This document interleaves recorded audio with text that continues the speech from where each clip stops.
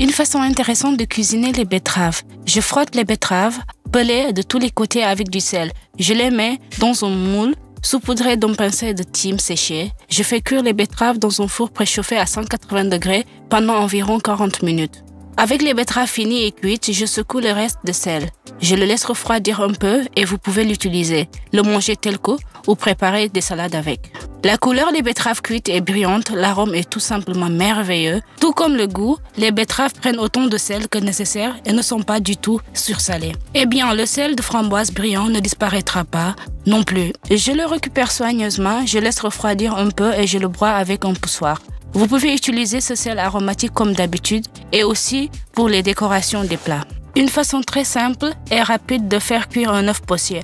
Versez de l'eau très chaude dans un petit récipient, je casse un œuf et j'y mets le bol au micro-ondes. Et à la puissance la plus élevée, je cuisine exactement 50 secondes. Je n'ai pas salé l'eau, alors je saupoudre l'œuf poché fini avec du sel brillant à la framboise. Il s'avère si beau, la protéine est complètement prête et la jaune est parfaitement liquide. Je mets les légumes bouillis en uniforme dans de l'eau très froide. Laissez reposer 5 à 7 minutes. Après de telles procédures, contrastées, les légumes sont nettoyés même sans l'aide d'un couteau. Je coupe du hareng, je sépare la tête, le bouillon et nettoie tous les films noirs. Je retire soigneusement la crête et pose le filet sur la peau sur la planche. Du côté du dos, je passe mes doigts entre la peau et le filet, séparant soigneusement l'un de l'autre. Cela s'avère rapide et simple. Je lis toujours vos découvertes culinaires dans les commentaires avec beaucoup d'intérêt et les applique.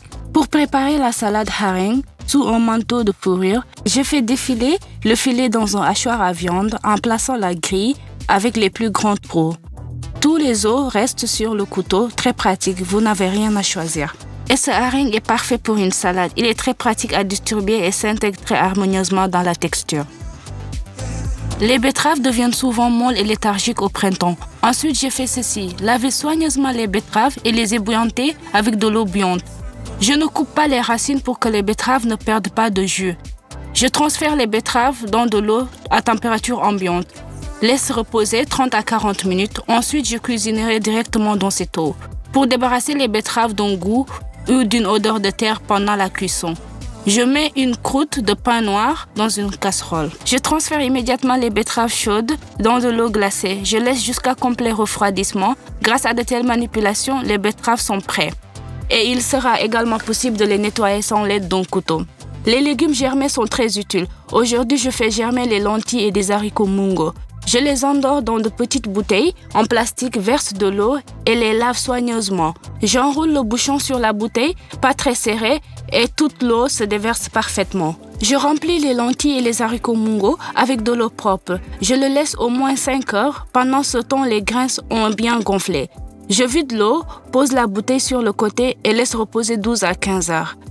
Et de si beaux grains germés sont obtenus. Pour la salade, je coupe les betteraves cuites ou bouillies et les cornichons en cubes. Je coupe des oignons rouges ou blancs en toutes plumes. Et directement les bouteilles, je verse des haricots mungo et les lentilles germées. J'ajoute ici quelques graines de tournesol et assaisonne avec de l'huile de tournesol parfumée. Je ne sale pas car mes betteraves sont cuites dans du sel et des concombres marinés. Une salade rapide, lumineuse est prête. J'aime aussi beaucoup les micro-légumes et je les cultive dans des contenants ordinaires. Le fond dont je couvre un chiffon en coton, une serviette ou une gaze en plusieurs ajouts, arroser généreusement d'eau et parsemer les graines. Je ferme hermétiquement les récipients avec des couvercles et je pars pendant 2 jours. Daikon et roquettes ont germé. Si nécessaire, j'humidifie les graines et maintenant ne ferme pas les couvercles hermétiques. Je couvre juste le dessus. Le 5e jour, le daikon est prêt à être mangé. Vous pouvez l'utiliser pour les salades, pour les sandwichs et simplement pour décorer les plats. Pour le stockage au congélateur, j'utilise les sacs zippés étanches. Si tout à coup le paquet est petit, 2 identiques peuvent être rendus tout simplement énormes. Je retourne l'un des paquets, l'insère à l'intérieur du premier et combine les rainures sur des attaches. J'agite la main comme si je fermais le paquet. Tout tient super bien. Le paquet est grand, ne manquera de rien. Saviez-vous que le riz blanc bouilli, l'ordinaire peut être rendu pour ainsi dire plus diététique?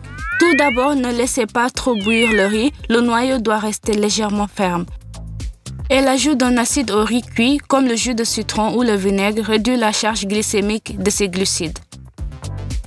Je pense que beaucoup ont vu verser magnifiquement du café bouillon des Turcs directement dans la tasse. Mais ce n'est pas la peine de le faire. Faire bouillir du café n'est pas une bonne idée. Je verse du café fraîchement moulu dans une chaise et verse de l'eau froide filtrée. Mélangez délicatement pour qu'il n'y ait pas de café en surface et que tout se stabilise. Je mets le feu le plus bas et littéralement dans 2-3 minutes, de la mousse apparaîtra sur le dessus. Dès que des signes d'ébullition apparaîtront sur le bord et que la mousse commence à monter, j'éteins immédiatement le feu. Je donne au café 1 minute pour se déposer et je le verse dans une tasse. Vous pouvez profiter d'un café merveilleux, parfumé et fraîchement infusé. Saviez-vous qu'après mouture, date de fabrication de la farine, celle-ci doit reposer au moins 3 semaines. Ensuite, la cuisson à partir de cette farine sera luxuriante et aérée. Cela affecte également la quantité de protéines dans la farine. Plus le nombre est élevé, mieux c'est.